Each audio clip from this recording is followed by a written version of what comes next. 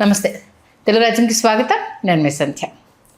Megastar Chiranjeevi గారి గురించి రోజుకు ఒక ఆసక్తికరమైన విషయాన్ని మన తెలుగు రాజ్యం ఛానల్ ద్వారా తెలుసుకుంటున్న విషయం అందరికీ తెలిసిందే కదా. ఈ నేపథ్యంలో ఆయన డైరెక్టర్లకు సంబంధించి ఆ లిస్టులో ఆయన ఎన్ని హిట్స్ ఇచ్చారు ఒక్కొక్కరు, అలాగే వాళ్ళతో ఆయనకున్న అనుబంధాన్ని కూడా గతంలో ఆయన చెప్పుకోవడం జరిగింది. ఈ మొదటి వరుసలో కొంతమంది పేర్లను ఆయన ప్రస్తావిస్తూ వచ్చారు. అయితే ఒక ఇంటర్వ్యూలో రాఘవేందర్ రావు గారు అంటే నాకు ఒకంత ప్రేమ ఎక్కువ అన్నట్టుగా ఆయన అర్థం వచ్చేలా వ్యాఖ్యలు చేశారు అన్న నేపథ్యంలో మరి కోదండరామిరెడ్డి గారు కూడా అన్ని హిట్స్ ఇచ్చారు కదా, మరి ఆయన పేరు చెప్పలేదు అనేసి ఆయన అడిగారు అన్నది కూడా మనం మాట్లాడుకోవడం జరిగింది. నిజంగానే చిరంజీవి గారి ప్రయాణంలో రాఘవేందర్ రావు గారు ముఖ్య భూమిక పోషించారా? అసలు చిరంజీవి గారికి రాఘవేందర్ రావు గారికి మధ్య అనుబంధము ఎలా ఉంది అని తెలుసుకునే ప్రయత్నం చేద్దాం. చరిత్రకారులు, సినీ రాజకీయ విశ్లేషకులు చిల్లగడ్డ శ్రీకాంత్ గారు మనతో ఉన్నారు. ఆయన మాటల్లోనే. శ్రీకాంత్ గారు నమస్తే అండి. నమస్కారం సంధ్య గారు. ఇటు ఈ డైరెక్టర్ల విషయంలోనే కోదండరామిరెడ్డి గారు కొంత అలకబోనడము, నేను కూడా అన్ని హిట్స్ ఇచ్చాను కదా, నా గురించి చెప్పకపోవడం ఏంటంటూ మనం గతంలో కొంత మాట్లాడడం జరిగింది.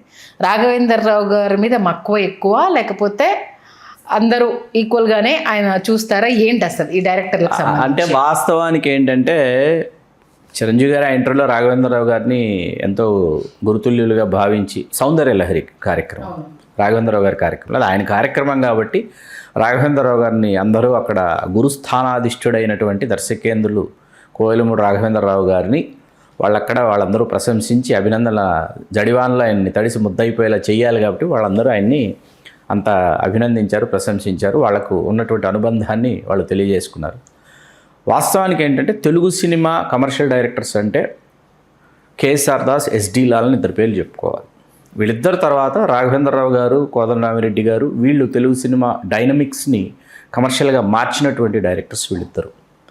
వీళ్ళలో రాఘవేంద్రరావు గారు, కోదండరామిరెడ్డి గారు కలిసి వి మధుసూదన్ రావు గారి దగ్గర అసోసియేట్ డైరెక్టర్గా తమ ప్రయాణాన్ని ప్రారంభించి రాఘవేంద్రరావు గారు ఆ తర్వాత డైరెక్టర్, కోదండరామిరెడ్డి గారి కంటే ముందు రాఘవేంద్రరావు గారు డైరెక్టర్ అయ్యి కోదండరామిరెడ్డి గారు రాఘవేంద్రరావు గారి దగ్గర చీఫ్ కో డైరెక్టర్గా పనిచేస్తూ వాళ్ళ దగ్గర బి గోపాల్ గారు అసోసియేట్గా పనిచేస్తూ ఇట్లాంటి ఇంకా చాలామంది ఎస్ఎస్ రవిచంద్ర గారిని బోల్డ్ మంది ఉన్నారు, సునీల్ వర్మ అని చాలామంది ఉన్నారు, విఎస్ రెడ్డి రాఘవేంద్రరావు గారి స్కూల్లో. ఇక్కడ మనం ఇప్పుడు రాఘవేంద్రరావు గారి గురించి మాట్లాడుకోవాలి కాబట్టి 1980-81 రెండు సంవత్సరాల్లో చిరంజీవి గారు రాఘవేంద్రరావు గారి దర్శకత్వంలో 2 సినిమాల్లో ఆయన మోసగాళ్ళలో నెగిటివ్ షేడ్స్ ఉన్న పాత్ర, తిరుగులేని మనిషిలో నెగిటివ్ షేడ్స్ ఉన్నప్పటికీ తర్వాత పాజిటివ్గా మారేటటువంటి పాత్ర. చిరంజీవి గారు హీరో కాదు 2 సినిమాల్లో. మోసగాళ్ళలో శోభన్ బాబు గారు హీరో, తిరుగులేని మనిషిలో ఎన్టీ రామారావు గారు హీరో. మోసగాడు సూపర్ హిట్, తిరుగులేని మనిషి ఫ్లాప్. 80-81 అయిపోయిన తర్వాత మీకు చిరంజీవి గారు, కె రాఘవేంద్రరావు గారి కలయిక కుదరడానికి 5 సంవత్సరాలు పట్టింది. 5 సంవత్సరాలు అంటే హీరోగా 78లో చిరంజీవి గారు తన ప్రయాణాన్ని ప్రారంభిస్తే 80-81 వరుసగా రాఘవేంద్రరావు గారి డైరెక్షన్లో ఆయన నాట్ హీరోగా నటించడానికి చిరంజీవి గారికి 5 సంవత్సరాలు పూర్తయి 6వ సంవత్సరంలో కానీ రాఘవేంద్రరావు గారితో డైరెక్టర్ రాఘవేంద్రరావు గారు చిరంజీవి గారి హీరోని అనిపించుకోవడానికి 5 సంవత్సరాలు పట్టింది. 5 ఏళ్ళు పైన. ఈ లోపు చిరంజీవి గారు 91 సినిమాలు చేశారు, 90 ఫిల్మ్స్ చేసేశారు చిరంజీవి గారు. 62nd ఫిల్మ్ ఖైదీ. అంటే చిరంజీవి గారి పూర్వరంగం ఏదైతే ఉందో అందులో కోదండరామిరెడ్డి గారి పాత్ర చాలా ఉంటుంది. అలాగే ఎర్లీ చిరంజీవి గారి బిగినింగ్ డేస్ ఏవైతే ఉన్నాయి అంటే 80 తర్వాత 81 న్యాయం కావాలి నుంచి తీసుకుంటే అడవి దొంగ వరకు తీసుకుంటే అడవి దొంగ రాఘవేంద్ర గారు డైరెక్షన్ అక్కడ దాకా తీసుకుంటే ఈ లోపు మీకు కోదండరామిరెడ్డి గారు, చిరంజీవి గారు న్యాయం కావాలి, కిరాయి రౌడీలు, దొంగ, గోండా ఇవన్నీ చేసేసారు. తర్వాత మన విజేత, ప్రేమ పిచ్చోళ్ళు, ఈ సినిమాలన్నీ కోదండరామిరెడ్డి గారు, చిరంజీవి గారి కలయికలు వచ్చేసాయి. వాళ్ళదొక పటిష్ట అభిలాష, ఛాలెంజ్, ఇవన్నీ కూడా వాళ్ళదొక పటిష్టమైన కలయిక అన్నది అప్పుడు ప్రూవ్డ్ అనమాట. సరే, ఇప్పుడు ఇక్కడ రాఘవేంద్రరావు గారి గురించి మాట్లాడుకోవాలంటే 81 అయిపోయి 82 ఎన్టీ రామారావు గారు రాజకీయాల్లో ప్రవేశించిన తర్వాత రాఘవేంద్రరావు గారి ఆలోచన అంతా ఎట్లా ఉందంటే నాగేశ్వరరావు గారికి, రాఘవేంద్రరావు గారికి కలయిక సరి అయిన కలయిక కుదరలేదండి. హిట్ ఇవ్వాలని రాఘవేంద్రరావు గారు ట్రై చేస్తున్నారు. ఎవరికి? నాగేశ్వరరావు గారికి. ప్రేమ కానుక అని అన్ని ఫ్లాప్లు అనమాట సినిమాలు. రామారావు గారు, నాగేశ్వరరావు గారు కలిసి నటించిన ఆఖరి సినిమా దర్శకుడు రాఘవేంద్రరావు గారు, సత్యం శివం సినిమా పేరు. ఎప్పుడైతే రామారావు గారు రాజకీయాలకు వెళ్ళారు రాఘవేంద్రరావు గారి దృష్టిలో కృష్ణ గారు, కృష్ణరాజు గారు వీళ్ళిద్దరూ ఆయనకి కనిపించారు. వీళ్ళతో కమర్షియల్గా నేను జర్నీ చేయొచ్చు అని చెప్పి బ్యాక్ టు బ్యాక్ కృష్ణ గారి మీద, కృష్ణరాజు గారి మీద ఆయన ఫోకస్ పెట్టుకున్నారు. పెట్టుకొని రాఘవేంద్రరావు గారు ఏంటి కృష్ణరాజు గారితో త్రిశూలం, తర్వాత అమరదీపం అంత క్రితం వచ్చేసింది, త్రిశూలం, బొబ్బిలి బ్రహ్మన్న చాలా పెద్ద హిట్, బ్లాక్ బస్టర్ అన్నమాట. బొబ్బిలి బ్రహ్మన్న, రావణ బ్రహ్మ ఈ సినిమాలన్నీ చేస్తున్నారు. బొబ్బిలి బ్రహ్మన్న, త్రిశూలం బొబ్బిలి బ్రహ్మన్న చాలా పెద్ద హిట్, ఇండస్ట్రీ హిట్ ఆ టైంకి. కృష్ణ గారితో ఏంటి అసలు ఎవరు ఊహించని సినిమాలు, మనం అసలు ఎక్స్పెక్ట్ చేయం కృష్ణ గారిని అసలు ఇట్లా చూపించవచ్చా అని చెప్పేసి. శక్తి డ్యూయల్ రోల్ కృష్ణ గారు, father and son. Father first half చనిపోతే సెకండ్ హాఫ్ సన్, చాలా బాగుంటుంది సినిమా. తర్వాత అగ్నిపర్వతం, అది ఇండస్ట్రీ హిట్ టైం. అడవి సింహాలు, కృష్ణ గారిని కృష్ణరాజు గారిని పెట్టి అడవి సింహాలు, కృష్ణ గారితో వజ్రాయుధం, ఇలాంటి సినిమాలు చేస్తున్నారు.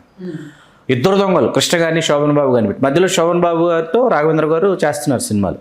ఇట్లా ఈ ముగ్గురిని ఎంచుకొని చేసుకుంటూ వెళుతూ రాఘవేంద్రరావు గారు ఏంటంటే ఆ 4 years ట్రాన్స్ఫర్మేషన్ ఆఫ్ చిరంజీవి గారు, స్టెప్ బై స్టెప్ చిరంజీవి గారు గ్రో అవుతున్న టైంలో చిరంజీవి గారిని సీరియస్గా కమర్షియల్ హీరోగా స్టార్ అయిపోతున్నాడు అని రాఘవేంద్రరావు గారు కన్సిడర్ చేయలేదు అసలు. ఓకే. రామారావు గారు వెళ్ళిపోయారు, నాగేశ్వరరావు గారు ఇదిగో ప్రేమాభిషేకం ఇంత పెద్ద హిట్టు దాసరి గారు ఇచ్చారు. నేనేమో రామారావు గారికి ఆ టైం ఏంటంటే కొండవీటి సింహం, చిరంజీవి గారు ఉండి చిరంజీవి గారు స్టార్గా ట్రాన్స్ఫార్మ్ అవుతున్న టైంలో రామారావు గారు రాజకీయ రంగ ప్రవేశం చేసిన నాటికి రాఘవేంద్రరావు గారు ఎన్టీ రామారావు గారితో బ్యాక్ టు బ్యాక్ హిట్స్ అండి. వేటగాడు నుంచి మొదలు పెడితే అడవి రాముడు, సింహబలుడు ఇవి ఉన్నప్పటికీ డ్రైవర్ రాముడు, వేటగాడి నుంచి తీసుకుంటూ వేటగాడు, కొండవీటి సింహం, జస్టిస్ చౌదరి, ఇలా ఉందన్నమాట వీళ్ళ గజ దొంగ. బ్యాక్ టు బ్యాక్ ఎన్టీఆర్తో బ్లాక్ బస్టర్లు రాఘవేంద్ర గారు. ఆయన వెళ్ళిపోయిన తర్వాత ఏంటంటే వీళ్ళ మీద కృష్ణ గారు, కృష్ణరాజు గారు, మధ్యలో శోభన్ బాబు ఇట్లా పెట్టుకున్నారు. కళ్ళు మూసి తెరిచేలోపు చిరంజీవి గారు అక్కడ ఉన్నారు. ఓకే.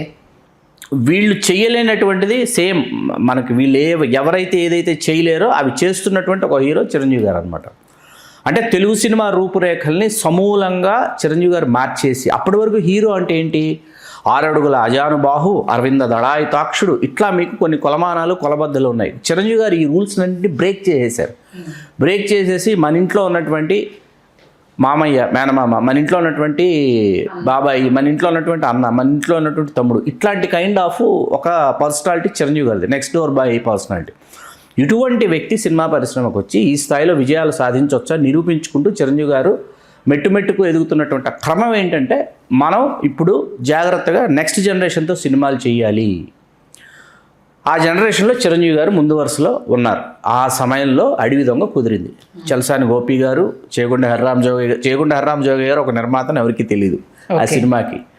అడవి దొంగ సమయానికి చిరంజీవి గారు ఏంటంటే అడవి దొంగ కంటే ముందు చిరంజీవి గారు ఏంటంటే మొహమాటం కొద్దీ చిరంజీవి గారు కొన్ని పాత్రలు చేస్తున్నారు. అప్పటికి కూడా కొన్ని సినిమాలు ఇష్టం లేకపోయినా ఒప్పుకుంటున్నారు. ఎందుకంటే కొన్ని మొహమాటాలు అడ్డు వస్తాయి.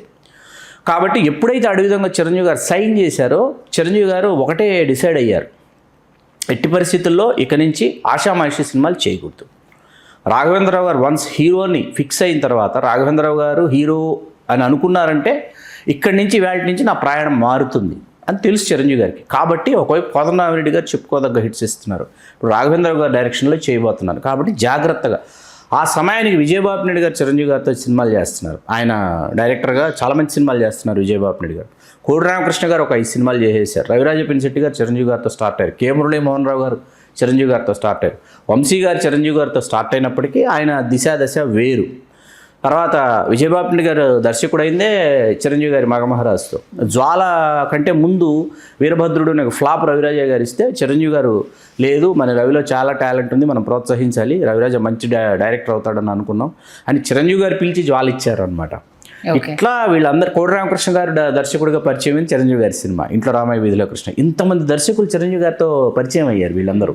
మురళీమోహన్ రావు గారు సంఘర్షణ, సురేష్ ప్రొడక్షన్స్.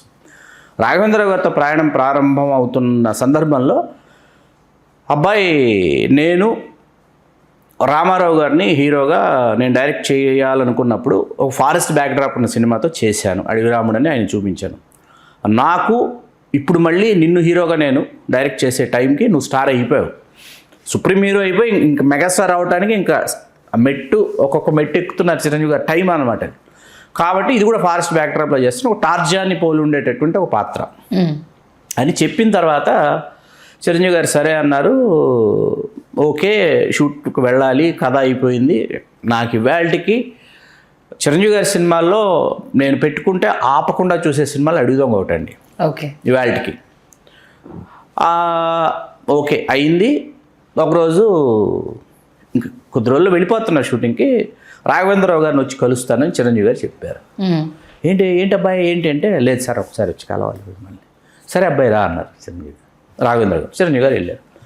ఏంటి అబ్బాయి అంటే, చిరంజీవి గారు సార్ మీరు ఫస్ట్ హాఫ్ అంతా మాటలు లేనటువంటి ఒక టార్జాన్ క్యారెక్టర్ చేయమంటున్నాను, చేస్తాను. ఆ పెర్ఫార్మెన్స్ ఎట్లా ఉంటుందో నేను పెర్ఫార్మ్ చేసి చూపిస్తాను మీ ముందు. ఓకే, మీరు చూసి అది కరెక్టా కాదా, చేయొచ్చా చేయకూడదా అని అడిగి మనిషి ఎలా అరుస్తాడు, ఎలా నడుస్తాడు, ఎలా మాట్లాడతాడు, వాడు ఎక్స్ప్రెషన్స్ ఎట్లా ఉంటాడు, వాడికి ఏమీ తెలియదు. వాడికి అన్నీ వింత, అన్నీ కొత్త. అవి మొత్తం చిరంజీవి గారు రాఘవేంద్రరావు గారు ముందు పెర్ఫామ్ చేస్తుంటే రాఘవేంద్రరావు గారు ఆశ్చర్యపోయారంట. 60-70 సినిమాలు 91 సినిమా అడిగి దొంగ, 90 సినిమాలు. రాఘవేంద్రరావు గారికి ఏం అర్థం కాలేదంట. ఒకటే చెప్పారంట, నేను ఈవేళ చెప్తున్నాను, నువ్వు తెలుగు సినిమాకి నువ్వే నెంబర్ 1. ఈవేళ నుంచి నువ్వు రాసేసుకో, ఇదే పట్టుదల ఇదే తపన నిన్ను నెంబర్ 1 శిఖరం మీద చాలా సంవత్సరాలు కూర్చోబెడతాయి. రామారావు గారి తర్వాత అంత తపన నీలోనే చూశానని చెప్పారు రాఘవేంద్రరావు గారు. రాఘవేంద్రరావు గారి ఆయన కమర్షియల్ వాల్యూస్ ఎట్లా ఉంటాయంటేనండి, హీ నోస్ అబౌట్ చిరంజీవి గారు and his intention and depth. First half మొత్తం హీరో మాట్లాడకుండా ఉంటే చాలా ఇబ్బంది అవుతుంది. అందుకని పాటల్లో ప్రతి సాంగ్ రాధా గారి పాయింట్ ఆఫ్ వ్యూలో డ్రీమ్ సాంగ్స్ వేస్తారు. First half 1, 2, 3. అవును, ఇది వీర విక్రమ ధీర దిగ్గజ ఫస్ట్ సాంగ్, తర్వాత ఇది ఒక నందనవనము, తర్వాత వానపాట. ఈ 3 వరుసగా రాధా గారి పాయింట్ ఆఫ్ వ్యూలో డ్రీమ్ సాంగ్స్. ఇక్కడ వీర విక్రమ ధీర దిగ్గజ పాట ఏంటంటే, చిరంజీవి గారు కమర్షియల్ హీరో, స్టార్ అయిపోయాడు, ఈ స్టార్ నేను ఇంకా బాగా చూపించాలి అని రాఘవేంద్రరావు గారు ఆలోచించి జానపద రాకుమారుడిగా చూపిస్తారు, కౌబాయ్గా చూపిస్తారు, సినిమా హీరోగా చూపిస్తారు, జేమ్స్ బాండ్గా చూపిస్తారు. ఇన్ని డైమెన్షన్స్ ఒక్క సాంగ్లో చూపించి ఆడియన్స్కి ఫ్యాన్స్కి ఏంటంటే ఒక ఫీస్ట్ అనమాట ఆ పాట. మీరు నంబర్ సంధ్య గారు, ఆ పాటకి థియేటర్ మొత్తం బంతిపూలే.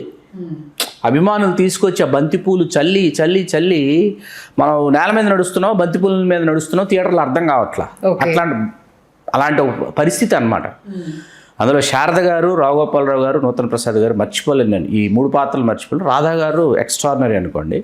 ఆ సినిమా ఇవాళకి పెట్టుకుంటే ఆపకుండా చూస్తాం.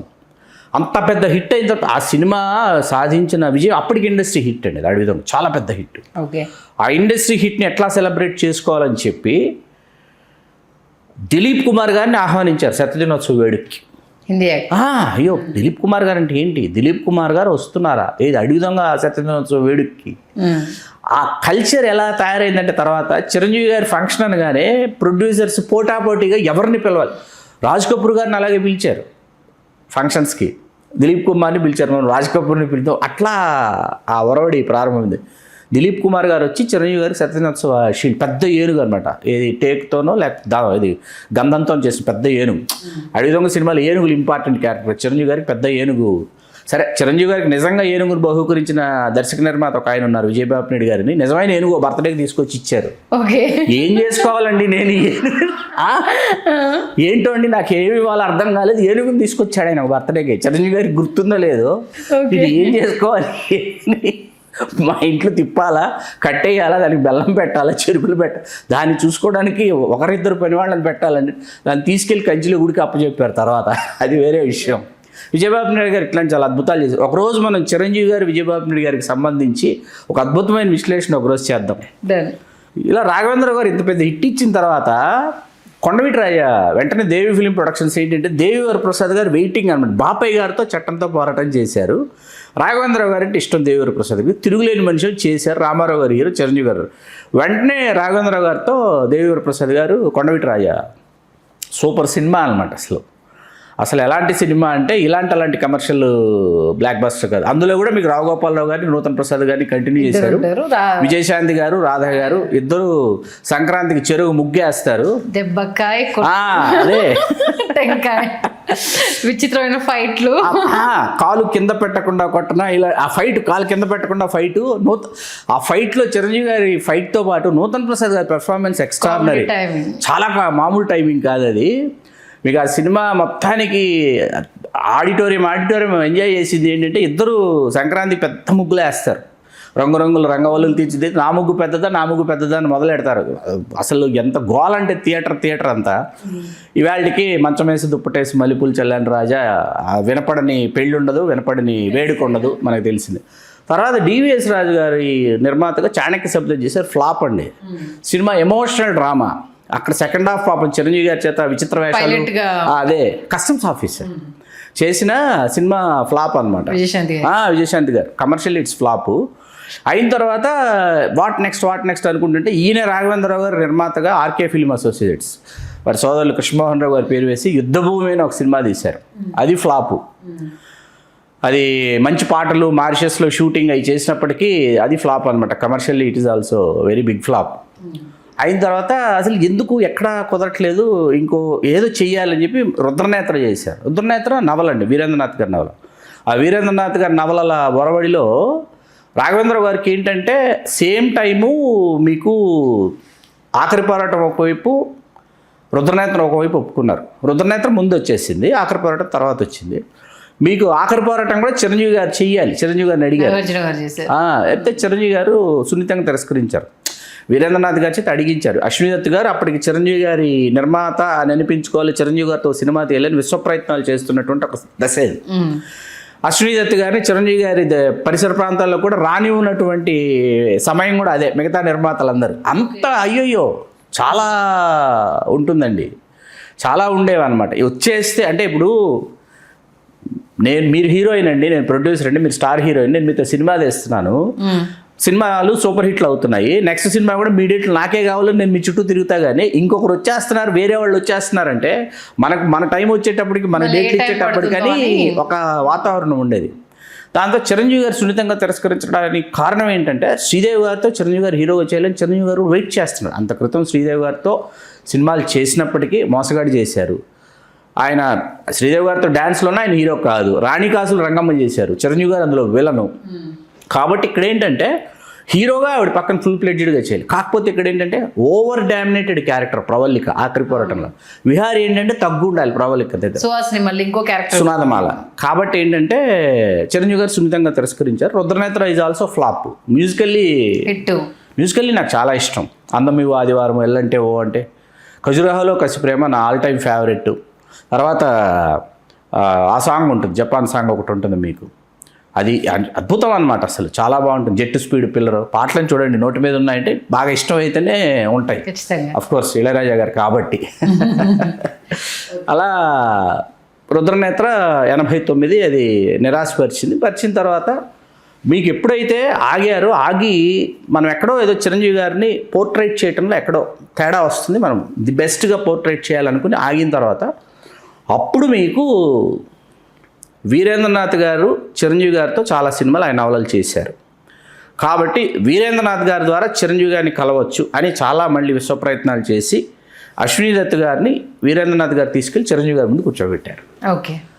అప్పుడు అశ్విని దత్ గారితో చిరంజీవి గారు ఏంటి దత్ గారు అది అనుకున్నారు, కాలేదు, ఏంటి మళ్ళీ వచ్చారంటే, లేదు ఈసారి ఇట్లా ఒక అశ్విని దత్ గారికి జగదేకురుని కథ ఆయన చాలా ఇష్టమైన సినిమా, రామారావు గారు. అట్లా ఒక సినిమా చేద్దాం అనుకుంటున్నాను నేను, కాబట్టి మీరు ఓకే అంటే చేస్తారంటే. మరి శ్రీదేవి గారు అంటే ఆవిడ టైటిల్ విషయంలో ఆవిడ కొంత హీరోతో పాటు ప్రాధాన్యం ఉండేలాగా టైటిల్ ఉండాలి అని చెప్పారు ఆవిడ. అంత క్రితం కొండవీటి దొంగకి ఆవిడ అదే కండిషన్ పెట్టారు. కొండవీటి దొంగ యాక్చువల్గా శ్రీదేవి గారు పెర్ఫామ్ చేయాలి, ఒకటే క్యారెక్టర్, నాట్ 2 క్యారెక్టర్స్, 2 హీరోయిన్స్ కాదు. కథ వీళ్ళు పరచూరు బ్రదర్స్ వెళ్ళి చెప్పినప్పుడు ఆవిడకి నచ్చి ఆవిడ ఏం చేశారంటే టైటిల్ హీరో పాయింట్ ఆఫ్ వ్యూలో కాకుండా హీరోతో పాటు హీరోయిన్ కూడా టైటిల్లో ఉండాలని చెప్పారు ఆవిడ. ఓకే. అలా కుదరదని చెప్పొచ్చి ఒక హీరోయిన్ క్యారెక్టర్ 2 హీరోయిన్లుగా చేశారు పరచూరు బ్రదర్స్. 2 హీరోయిన్లు చేసేటప్పటికి, 2 హీరోయిన్లను చేసేటప్పటికి ఒకే క్యారెక్టర్ విజయశాంతి రాధా అయ్యాయి అనమాట. ఓకే. అట్లా Kondaveeti Donga screen play, Jagadekudu Athiloka Sundar screen play, 2 సినిమా డైరెక్టర్స్ కావాలనుకున్న వాళ్ళు ఖచ్చితంగా 2 స్క్రీన్ ప్లేలని ఒకసారి పరిశీలించాలన్నమాట. There are so many flaws ఉంటాయి, జంపులు ఉంటాయి కొండవీటి దొంగ. అయినా బ్లాక్ బస్టర్, కోదండరామిరెడ్డి గారు డైరెక్షన్ పక్కన పెడదాం. ఇక్కడికి వచ్చేటప్పటికి అప్పుడు టైటిల్ ఆవిడ పాయింట్ ఆఫ్ వ్యూలో అడుగుతున్నారు ఆవిడ అని చెప్పారు. జంధ్యాల గారు ఆ సినిమాకి మెయిన్ పిల్లర్ అండి. శ్రీనివాస్ చక్రవర్తి గారు కథ చెప్పిన మూల కథ అయినప్పటికీ జంధ్యాల గారు దాన్ని తీర్చిదిద్దినటువంటి క్రమం, అట్లాగే ఎప్పుడైతే ఈయన పాట రాశారు ట్యూన్కి, ఇళయరాజా గారు ఇచ్చిన ట్యూన్కి వేటూరు గారు అబ్బనీ తీని దెబ్బ అనే పాట ఎప్పుడైతే రాశారో, అబ్బనీ తీని దెబ్బ అంటే ఇక్కడ కొడుతున్నాడు, కొట్టాలి అని 8 సీన్లు మార్చారు. సీన్కి ఆర్డరే మార్చారు. 8 సీన్లు వేస్తే కానీ పాట వేయడానికి అవ్వదు. దీనికి రిలేటెడ్గా 8 సీన్స్ రావాలి. 8 సీన్స్ తిరగరాశారు. ఈ కథ విషయంలో చిరంజీవి గారి కాంట్రిబ్యూషన్ చాలా ఉంది, చాలామందికి తెలియదు. మీకు ఈ కథా చర్చ జగదేకుడి అతిలోక సుందరి, ఈ కథా చర్చలు ఎవరెవరు కూర్చున్నారు? మన శ్రీనివాస్ చక్రవర్తి గారు, జంధ్యాల గారు టోటల్గా డైలాగ్స్, ఎండమూరి వీరేంద్రనాథ్ గారు is the main plot, Yandamuri Veerendranath గారు, మన శివశక్తి దత్త గారు, విజేంద్ర ప్రసాద్ గారు, దత్తా బ్రదర్స్ అని పిలిచేవాళ్ళు వీళ్ళని. వీళ్ళు క్రేజీ మోహన్ గారు ఇందులో పాత్ర వేశారు. ఆయన మన కమల్ హాసన్ గారి స్కూల్. క్రేజీ మోహన్ గారు అంటే కర్ణాటక నుంచి భక్తులు ఒకరిద్దరు వస్తారు చిలకర, ఆయన క్రేజీ మోహన్ ఎంతమంది వేశారు ఇందులో. తర్వాత ఈ కథా చర్చలు చిరంజీవి గారు కూర్చుని వీళ్ళు ముందు అనుకున్నది దేవలోకము, ఇంద్రుడు, ఇంద్రజ కాదండి, వీళ్ళు చంద్రుడి దగ్గరికి హీరో వెళతాడని పెట్టుకున్నారు. వీళ్ళు రాసుకుంటుంటే చిరంజీవి గారు, మనం చదువుకున్నాం కదా సోషల్ స్టడీస్లో, అక్కడ ఏమీ ఉండదు, అది ఒక ఫ్లాట్గా ఉంటుంది, మనకు కింద నుంచి మనం చూస్తేనే అది మనకు అలా కనిపిస్తుంది, అక్కడికి వెళితే ఫ్లాట్గా ఉంటుందని కదా అనుకున్నాం. అక్కడ రాఘవేంద్ర గారి డైరెక్షన్లో గ్రాండియర్గా చూపించాలంటే ఏ మైసభలో, ఇంద్రలోకాలు, స్వర్గసీమలో ఉండాలి, కానీ అందులో నుంచి వచ్చింది ఇంద్రుడు, ఇంద్రలోకము, ఇంద్రజ ఇవన్నీ వచ్చాయన్నమాట. చిరంజీవి గారి కాంట్రిబ్యూషన్. ఇళయరాజా గారు ప్రాణం పెట్టేశారు. వేటూరు గారు అంతే అద్భుతంగా రాశారు. ఇవాళకి ఆ పాట వినకుండా ఏ శుభకార్యం మన తెలుగు లోగిళ్లలో, తెలుగు నేల మీద జరగదు. శ్రీదేవి గారి డిమాండ్తో జగదేకుడు అతిలోక సుందరి టైటిల్ అయింది. అది అతిలోక సుందరి అని ఎవరు యాడ్ చేసింది? ఈ చర్చల్లో భాగమే అండి. రాఘవేంద్ర గారు, జంధ్యాల గారు వీళ్ళందరూ చర్చల్లో భాగంగానే టైటిల్ జగదేక వీరుడు అనేది ఫిక్స్. ఆవిడ జగదేక వీరుడు అయినప్పుడు అతిలోక సుందరి అనేది తగ్గట్టుగానే సెట్ అయిపోయింది. జగదేక వీరుడు అనుకున్నప్పుడు దేవలోక సుందరి ఇలా రకరకాలుగా అనుకుని జగదేక వీరుడు అతిలోక సుందరి అన్నది ఫైనల్ అయింది. టైటిల్ లోగో ఇప్పటికీ పబ్లిసిటీ ఆర్టిస్ట్ చనిపోయి ఈశ్వర్ గారు ఎక్కడున్నారో కానీ ఆయన గీసిన పబ్లిసిటీ డిజైన్స్ నా కళ్ళ ముందు కదలాడుతున్నాయి. అలా జగదేక వీరుడు అతిలోక సుందరి ఇండస్ట్రీ హిట్ కావడం, ఆ సినిమా శతదినోత్సవ వేడుక కని విని ఎరుగని విధంగా మన ఎల్బీ స్టేడియంలో జరగడం, ఇవన్నీ అద్భుతాలు. అట్లా రాఘవేంద్రరావు గారు, చిరంజీవి గారి కలయికలో ఒక మేలిమి ప్రయాణం జగదేక వీరుడు అతిలోక సుందరి. అంటే అప్పటి వరకు ఎన్ని జరిగినా అది టాప్ ప్రియారిటీ అయిపోయింది. ఇంకా అంటే మనకి 88లో మంచి దొంగ ఒకటి ఉందండి. Kondaveeti Rajendra Devi film productions, to be continued 88 జనవరి మంచి దొంగ చేశారు కమర్షియల్ హిట్. ఆ కమర్షియల్ హిట్ తర్వాత ఈ ఫ్లాప్స్ పడుతున్నాయి. ఏది యుద్ధభూమి, రుద్రనేత్ర ఇవి వస్తున్నాయి. మంచి దొంగ అనేది commercial it's very good movie. మీకు అందుకే మంచిది ఒక సినిమా చూస్తే మీరు ఫస్ట్ హాఫ్ ఒక సినిమా లాగా, సెకండ్ హాఫ్ ఒక సినిమా లాగా ఉంటుంది. మీకు ఆ కథని అంత అద్భుతంగా దాన్ని చేశారు ఎంవిఎస్ అరుణాథరావు గారి కథ. ఆ కథ నచ్చి ముందు నచ్చలేదు, తర్వాత ఎప్పుడైతే దొంగ కాస్త పోలీస్ ఆఫీసర్ అవుతాడని చెప్పారో అక్కడి నుంచి చేంజ్ ఓవర్ అనమాట. మన సుహాసిని గారు, విజయశాంతి గారు సెకండ్ హాఫ్ మొత్తం వేరే. అదే మన మోహన్ బాబు గారు ఒక విలన్, వరుసగా మోహన్ బాబు గారు విలన్గా చాలా సినిమాలు ఉన్నాయి. జగదేకుడు అతిలోక సుందరి అయిపోయిన తర్వాత మీకు అక్కడి నుంచి చిరంజీవి గారి గ్రాఫ్ ఏంటంటే ఇట్స్ డిఫరెంట్ గ్రాఫ్. కొండవీడి దొంగ, జగదేకుడు అతిలోక సుందరి, కొదమసింహం, ప్రతిబంధు, స్టోర్టపురం వీరేంద్రనాథ్ గారి డైరెక్షన్లో ఫ్లాపు అయిన తర్వాత బాపినేడి గారి గ్యాంగ్ లీడరు. ఆ తర్వాత బ్యాక్ టు బ్యాక్ ఏంటంటే రాఘవేంద్ర గారి డైరెక్షన్లో 2 సినిమాలు వచ్చినాయి. ఇమ్మీడియట్ రౌడీ అల్లుడు కుదిరిందండి. ఆ కుదిరింది ఎలాగంటే చిరంజీవి గారు తన చెల్లెల కోసం విజయదుర్గ గారు, అరవింద్ గారు తన చెల్లెల కోసం వసంత లక్ష్మి గారు కలిసి వీళ్ళు సాయిరామ్ ఆర్ట్స్ ఒక సంస్థ నెలకొల్పి వాళ్ళు రౌడీ అల్లుడు రాఘవేంద్ర గారి డైరెక్షన్లో ఆ డ్యూయల్ రోలు, ఆటోజాని మెయిన్ అండి, ఆటోజాని క్యారెక్టర్ ఆ సినిమాకు సోల్ అండి. కేఎస్ హరి గారు మనం దాసనారాయణరావు గారికి సంబంధించిన చర్చ ఏదైతే ఉందో అందులో కేఎస్ హరి గారి గురించి మాట్లాడుకున్నాం. దాసనారాయణరావు గారు మేనల్లుడు, కేఎస్ హరి గారు చిరంజీవి గారి పిన్ని గారి భర్త. ఆయన చిరంజీవి గారికి కొదమసింహం, రౌడీ అల్లుడు, అల్లుడామజాక ఈ సినిమాలంటే ఆయన సినిమాటోగ్రాఫర్. ఎక్స్ట్రాడనరీగా కొదమసింహం వేళ చూసినా మొన్న 4Kలో రిలీజ్ అయినా అద్భుతం కదా థియేటర్స్లో చూస్తుంటే ఆయన ఫోటోగ్రఫీ. అలా రౌడీ అల్లుడు కమర్షియలీ బ్లాక్ బస్టరు. తర్వాత మన నెల్లూరులో శతదినోత్సవ వేడుక చేశారు. ఇమ్మీడియట్ గరాన మొగుడు అనమాట, వెరీ ఇమ్మీడియట్ గరాన మొగుడు.